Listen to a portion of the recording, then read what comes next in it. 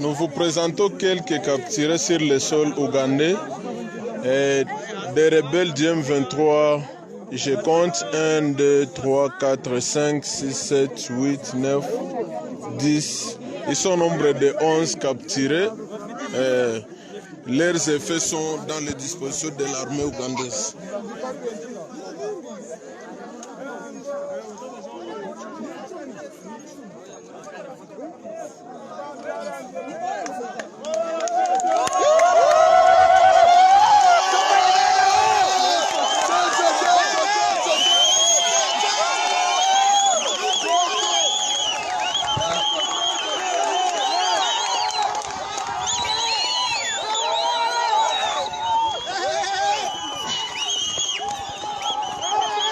Les forces ougandaises et les forces congolaises ça accompagnent les capturés. Ils accompagnent les capturés vers Ouganda.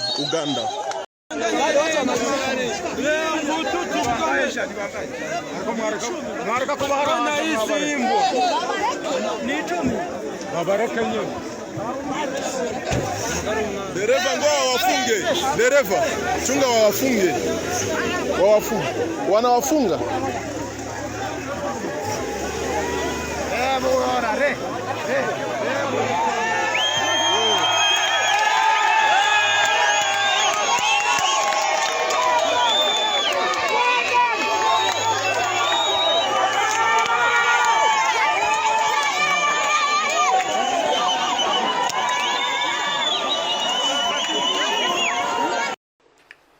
Les forces armées de la République démocratique du Congo portent à la connaissance de l'opinion tant nationale qu'internationale que dans la nuit du 27 au 28 mars 2022, le M23, soutenu par les forces de défense du Rwanda, les RDF, a mené des incursions et attaqué les positions des FARDC de Tchanzu et Runyonyi dans les territoires de Rutshuru. Au cours de ces attaques, les forces armées de la République démocratique du Congo ont mis la main sur 2 militaires rwandais. Il s'agit de l'adjudant Habyarimana Jean-Pierre, matricule AP de 27 779, et du soldat de rang Uwajeneza Muhindi John alias Wadje. Les 2 soldats rwandais sont là-bas, je vous les présente. Ça, c'est l'adjudant Habyarimana. Et l'autre là, c'est le soldat de rang appelé Uwajeneza Muhindi John. Ce sont les 2 qui ont été capturés au combat dans les territoires de Rutshuru.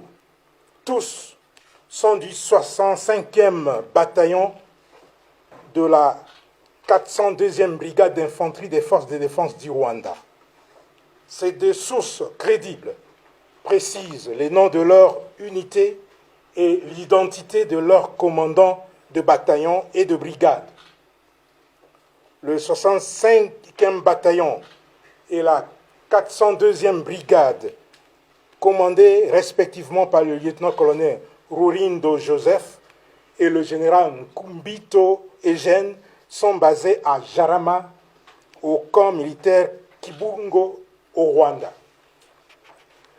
Au regard des informations fiables fournies par ces 2 sources crédibles, les FARDC s'interrogent sur le sens de la mutualisation des efforts en vue des opérations conjointes avec un partenaire qui ne respecte ni ses engagements vis-à-vis de la RDC, encore moins sa propre parole à l'occasion des différentes rencontres et échanges entre leaders à tous les niveaux, avec la promesse de poignarder la RDC dans le dos.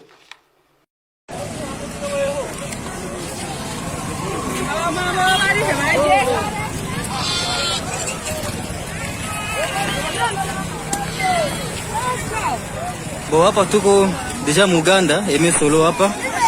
Aimé Solo en personne. Tuko deja Muganda, tushavuka. Menisha poteana na wenzangu wote.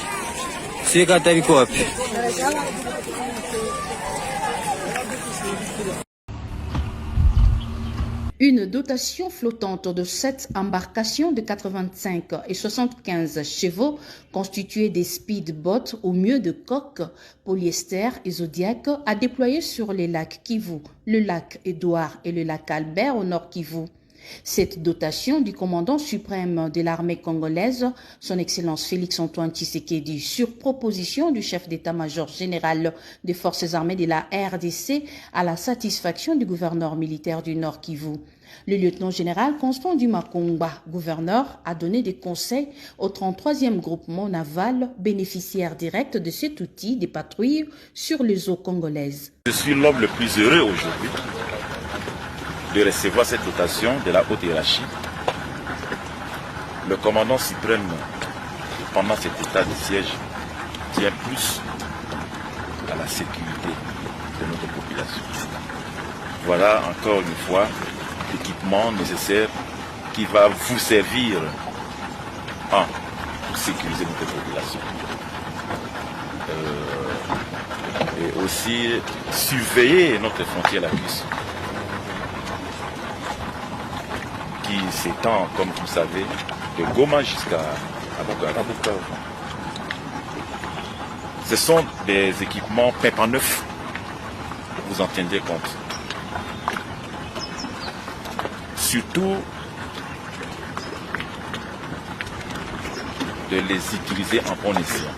Des patrouilles de combat, des missions évidentes, la lutte contre la pêche illicite, le braquage des fraudeurs sur les eaux congolaises, voilà les missions de cette dotation qu'explique ici le général Rachidi. Ça va nous aider plus pour traquer les pêcheurs clandestins et la lutter contre le brigadage. Ce matériel ont la capacité de transporter jusqu'à une section des Marines équipée de PKM et de Motorola pour la communication. La situation reste maîtrisée par les forces armées à Boulé, en chefferie de Bahema Badjiré, en territoire de Djougou. Et c'est après l'attaque d'un site de déplacés à 3 km de ce centre de négoce. Massacre attribué aux miliciens de la Côte d'Écho. Des sources locales précisent que ces génocidaires ont investi ces villages à 23h et local avant de ôter la vie de ces vulnérables en coups de machette et des armes à feu, dont les enfants et les femmes. Bilan provisoire, une cinquantaine de morts et plusieurs blessés. Pour le gouverneur de province, ce massacre constitue un crime contre l'humanité avant de rassurer la population de la détermination du gouvernement congolais à imposer la paix et restaurer l'autorité de l'État à Ituri, a dit le porte-parole de FARDC, le lieutenant Jules Ngongo. Au nom du gouverneur militaire de la province de l'Ituri et au nom de toute sa population, nous compatissons avec les familles des victimes des cruautés causées par les attaques de groupes armés et Codeco. Et nous condamnons cette façon de tuerie sur les populations civiles innocentes qui n'ont même pas un moyen de défense. Et pire encore, sur le site de déplacés. Ça, c'est un crime de guerre, crime contre l'humanité. Nous assurons à notre population. Actuellement, les forces de défense et de sécurité ont mis toutes les voiles dehors pour rassurer et protéger de plus en plus cette population. Et nous demandons encore une fois que cette population puisse faire confiance aux forces armées. Précisons que cette attaque intervient après celle du site des déplacés d'Hérault où une trentaine de personnes avaient été lâchement abattues par les mêmes miliciens.